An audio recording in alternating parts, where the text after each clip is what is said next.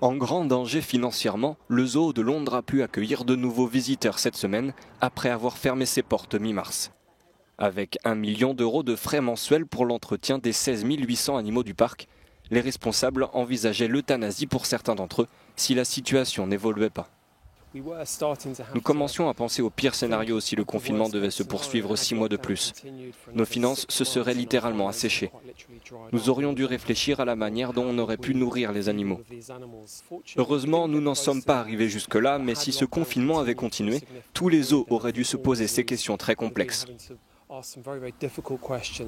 Comme partout, des règles sanitaires ont été mises en place. Les visiteurs doivent respecter un sens unique lors de leur visite.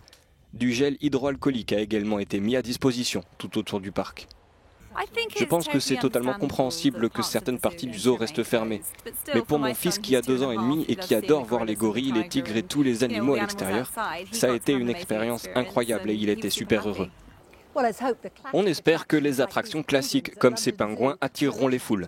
Mais qu'en est-il des petits zoos qui reposent sur des expériences interactives? Comment vont-ils faire face à ces changements? Le Cedar Nature Center à Hertfordshire, dans le nord de Londres, est l'un des plus petits zoos du pays, mais abrite les seuls zoris du Royaume-Uni.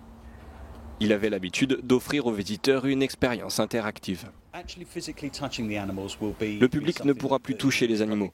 Ils pourront en revanche s'en approcher à 2 mètres pour pouvoir prendre de belles photos.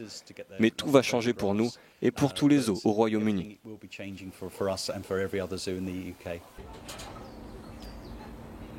Ce parc avait envisagé de fermer ses portes, mais un appel à la communauté locale a permis de le sauver. Tous espèrent un été chargé afin que leurs animaux puissent rester en sécurité.